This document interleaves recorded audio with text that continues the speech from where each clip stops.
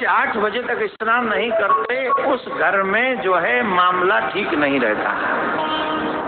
बच्चे लोग ध्यान से सुन ले, बच्चे क्यों, बूढ़े भी सुन ले। स्नान 5 प्रकार के होते हैं, इस बात को सुन लो। जिस घर की देवियां 8 बजे तक स्नान नहीं करती हैं, उस घर में दरिद्रता आने से, बीमारियां आने से, नेगेटिव एनर्जी आने से, क्लेश आने से कोई रोक नहीं सकता। अधिकांश वही लोग बीमार आपको मिलेंगे जो आराम पसंद लोग होंगे, नहा लेंगे, हो जाएंगे। आप जाके देखिए वही ज्यादा बीमार मिलेंगे आपको जो कि आराम फरमा रहे हैं। हम इसलिए नहीं बोल रहे हैं, हम आपको बता रहे हैं कि आपने बीमारी के दरवाजे कहां कहां खोले। जिस घर की देवियां और मनुष्य भी इसी में इन्वॉल्व करो, मानवों को, पुरुषों को भी इन्वॉल्व करो। जिस घर के स्त्री पुरुष 8 बजे तक भी स्नान नहीं करते, उस घर में बीमारी आने से कोई नहीं रोक सकता, दरिद्रता आने से कोई नहीं रोक सकता, क्लेश आने से कोई नहीं रोक सकता, और जो भी अनाप शनाप चीजें सब आ जाएंगी। कहाँ? जिस घर में स्नान ही लेट होता हो। 5 प्रकार के स्नान हमारे शास्त्रों में बताए गए हैं। इस बात को ध्यान से सुन लें, और आप चाहे तो लिख भी लें, अगर बुद्धि काम करे तो हम सब लिख भी सकते इसे।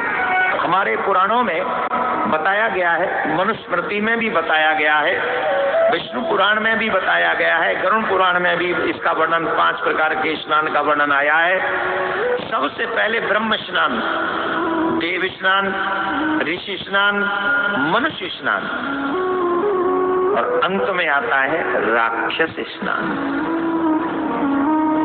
ब्रह्म स्नान, देव स्नान, ऋषि स्नान, मनुष्य स्नान, और उसके बाद राक्षसी स्नान। जो ब्रह्म मुहूर्त भोर में 3 बजे स्नान कर लेते हैं, उसे ब्रह्म स्नान कहा गया। ध्यान से सुनिए, जो ब्रह्म मुहूर्त 3 से 3:30 बजे के बीच में स्नान करते हैं, उसे ब्रह्म स्नान कहा गया। ब्रह्म मुहूर्त में होने के कारण वो ब्रह्म स्नान हो गया। दूसरा, ब्रह्म मुहूर्त में 3:30 से 4 बजे के बीच में जो स्नान करते हैं, उसे देव स्नान कहते हैं। कौन सा स्नान? उसे देव स्नान कहते हैं। जो 3:30 बजे से 4, 4:30 बजे तक स्नान कर लेते हैं। एक बात और ध्यान से सुन लो, सारी पॉजिटिव एनर्जी इन 2 स्नानों में भरी पड़ी है। 3 से 3:30 और 3:30 से 4:30, ऋषि स्नान और देव स्नान। जितना भी आप भजन पूजा पाठ करते हो, अगर इतने बजे स्नान करने के बाद आपने कोई साधना की,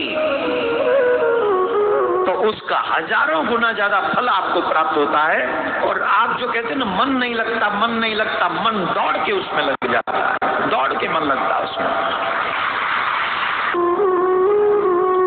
जो लोग सूर्योदय के समय 5 बजे से 6 बजे के बीच में स्नान करते हैं, उन्हें ऋषि स्नान कहा गया।